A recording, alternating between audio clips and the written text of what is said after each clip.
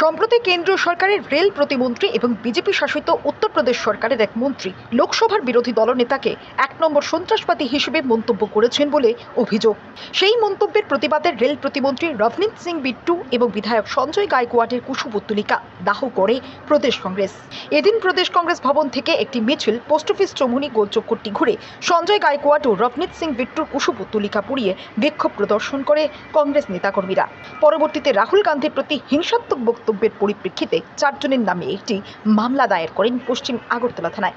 মিছিলে উপস্থিত ছিলেন প্রদেশ কংগ্রেস সভাপতি আশিস কুমার সাহা, বিধায়ক সুদীপ রায় বর্মন, বিধায়ক গোপাল চন্দ্র রায় সহ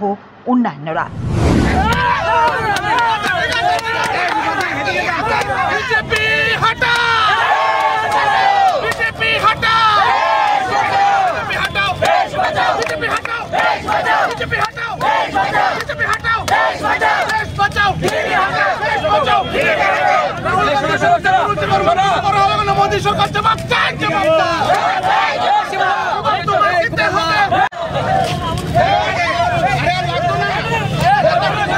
সারা দেশ জুড়ে জাতীয় কংগ্রেসের ডাকে এক বিক্ষোভ কর্মসূচি, আমাদের রাজ্যে ত্রিপুরা প্রদেশ কংগ্রেসের উদ্যোগে এই বিক্ষোভ কর্মসূচিতে সমস্ত নেতৃবৃন্দরা, আমাদের সিডব্লিউসি মেম্বার মাননীয় বিধায়ক সুদীপ রায় বর্মন, আমাদের প্রাক্তন প্রদেশ কংগ্রেস সভাপতি মাননীয় বিধায়ক গোপাল চন্দ্র রায়, প্রাক্তন প্রদেশ কংগ্রেস সভাপতি শ্রী পীযূষ কান্তি বিশ্বাস, আমাদের প্রদেশ কংগ্রেসের সমস্ত কার্যকর্তা বিভাগ এবং আমাদের ফ্রন্টাল অর্গানাইজেশনের সমস্ত নেতৃত্ব আজকে প্রকাশ্যে রাস্তায় নেমে আমরা বিক্ষোভে সামিল হয়েছি। আপনারা জানেন, বিগত 2 দিন ধরে সারা দেশ জুড়ে একটা প্রবল জনমত এই রাহুল গান্ধীজির প্রতি